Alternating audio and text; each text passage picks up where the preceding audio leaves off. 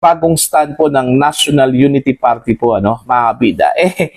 Nag-iba na po yung kanilang stand po ngayon, kung ikumpara po nung una po, mga kabida, patungkol ho sa impeachment laban ho kay Vice President Sara Duterte, Okay? Kung maalala po ninyo, naglabas po ng pahayag ito hong si Antipolo Congressman Ronnie Puno po, ang presidente po ng Unity Party o National Unity Party po, mga kabida.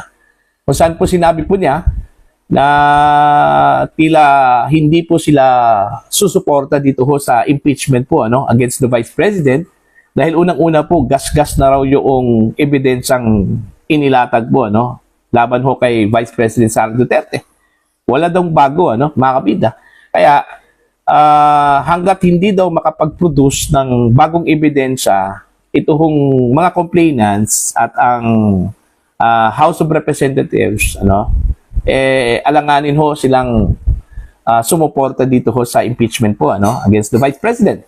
May mga balita nga na sila po ay umalis na po sa majority, okay? Sa super majority block po mga kabida. Okay? Diyan po sa House of Representatives. Pero nakapagtataka na lang po dahil bigla hong naglabas po ng statement ito hong si Congressman Puno ngayon. At sinabi po niya, mga kabida, na tila sinusuportahan na po nila itong impeachment against Vice President Sara Duterte. Okay? Ito yung naging pahayag po ni Congressman Puno. I have to be honest that in the beginning, our party was mostly negative. Today, I think the majority is in favor of sending this to Senate. Alright? Meron pang figure na kanyang sinabi po na nasa 180 na raw na mga mababatas ang sumuporta dito ho sa impeachment po laban ho kay Vice President Sara Duterte mga kabida. Bakit kaya nag-iba yung ihip po ng hangin po Bakit ho biglang nag-iba yung stand po ng NUP? Alright? Mga kabida.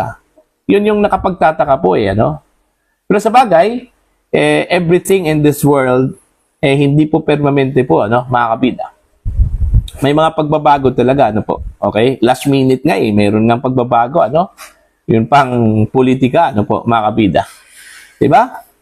So, yun, para sa akin, hindi po ito bago, hindi po nakapagtataka po, mga kabida, dahil, yun nga sa politika kasi, pabago-bago yan, mga kabida, Wala hong permanente, Ang permanent lang dyan po sa politics is change.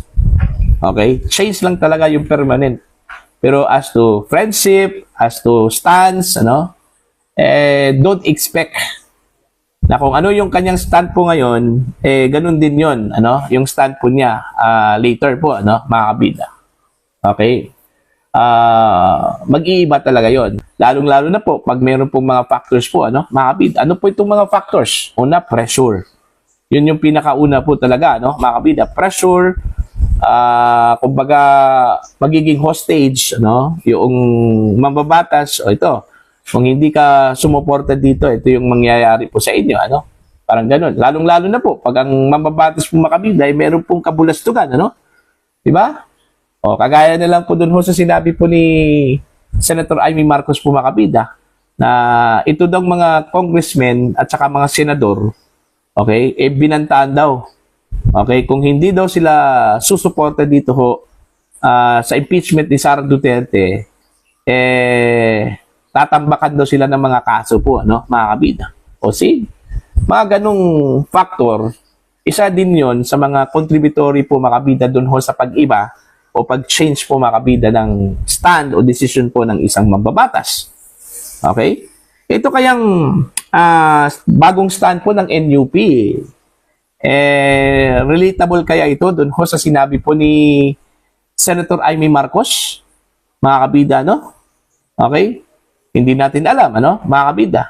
Kasi kung maalala po ninyo, okay, dun ho sa investigasyon po, mga kabida, sa flood control project scam, mga kabida, marami hong mga members ng House of Representatives ang idinawit po. I think nasa 17 ata yun, yung ibinunyag po, mga kabida, ni Mr. Cordy Diskaya po, na nakatanggap daw ng mga kickback. Although itinanggi po ito ng ilan po sa mga nalilink po, mga kabida, ng mga mababatas. yung akusasyon po laban po sa kanila. Okay? Pero since meron pong ganitong aligasyon, hindi ho maiwasan pong mag-isip po yung mga tao na baka naman po meron pong compromise agreement, mga kabida. Hindi ko naman po sinabi po na ito hong pagbaliktad o pagbago po ng stand po ng NUP, ganun po yun, mga kabida, po. Yun lang, napatanong lang po. Okay? Napatanong lang po. Kasi kung maalala po ninyo, yung sinabi po ni Congressman Puno, parang na yun papunta na doon ho sa pagtiwalag po nila, sa supermajority po makabida, yung kanilang stand po, na hindi po nila suportahan ito hong impeachment against the Vice President dahil wala hong bagong ebidensya po, makabida. So, siguro, sa kanilang pananaw, meron pong bagong ebidensya, yung kay Ramil Madriaga, most probably, o di kaya yung isiniwalat po ni Trillanes ng mga bank accounts, at yung statement po mula sa AMLAC po makabida, okay? Baka yun yung nagpabago po ng desisyon at stand po makabida, ng NUP, o di kaya maging yung kanilang mga miyembro po, makabida. So far, wala ko tayong magawa doon. Kasi yun yung decision po nila mga kabida. At saka inaasahan na po yan, dyan po sa House of Representatives, na makukuha talaga yung required number po makabida para maiakyat po itong impeachment complaints against the Vice President dyan po sa Senado po, mga kabida. Okay? So, what do you think? Anong tingin mo ninyo dito, mga kabida? Ako, personally, wala ho akong pakialam kung sila lahat po makabida, suportahan po nila itong impeachment, okay, dyan po sa House of Representatives. Kasi gaya na sinabi ko po kanina, inaasahan na po yan, expected na po yan, kahit na po si Vice President Sara Duterte, inaasahan na po yan niya mga kabida, na mangyayari po yan, at may akyat yung impeachment na yan, dyan po sa Senado. Ang mahalaga po dito, kailangan pong magmatsyag po mga kabida ang bawat Pilipino sa mangyaring impeachment trial po diyan po sa Senate. Okay? Kasi gaya na sinabi ko po kanina mga kabida, okay, na meron daw banta laban ho dito sa mga kongresista at mga senador na hindi ho suportahan itong impeachment against the Vice President. Ibig sabihin, kung ang mga senador o ang kongresista po mga kabida hindi ho bumoto, okay, para ho sa impeachment ni Sara Duterte, malilintikan talaga sila, Sabi po ni Senator Marcos, okay, tatambakan daw ng mga kaso po, mga kabida. Yun yung banta po, laban ho dito sa mga mambabatas na ito, Pero kung ako po yung mambabatas po, bakit man ako magpapadala po sa pressure? Kung wala man akong ginawang kabulastugan, mga kabida, sa aking panunungkulan bilang kongresista o di kaya senador, bakit ka magpapadala po ng pressure, mga kabida? Di ba? Bakit matatakot ka sa kaso? Yun yung tanong ko doon, Kung wala lang man pong ginagawa itong mga senador, ang crucial kasi dito yung Senate, Kasi sila yung magdidesisyon po, mga kabida, sa kapalaran po ni Sara Duterte. Okay? Sa kanila yung pressure dito. Okay?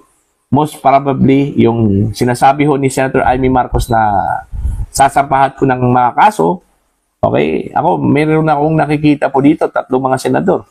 Diba? Sila yung pinagdiskitahan ng gobyerno po, mga kabida. Okay? In fact, 3 po sila dito, meron pong kinakaharap na investigasyon po ngayon, mga kabida. Alright? Either dyan po sa ICI or sa Ombudsman, maging sa Senate Blue Ribbon Committee, mga kabida, po.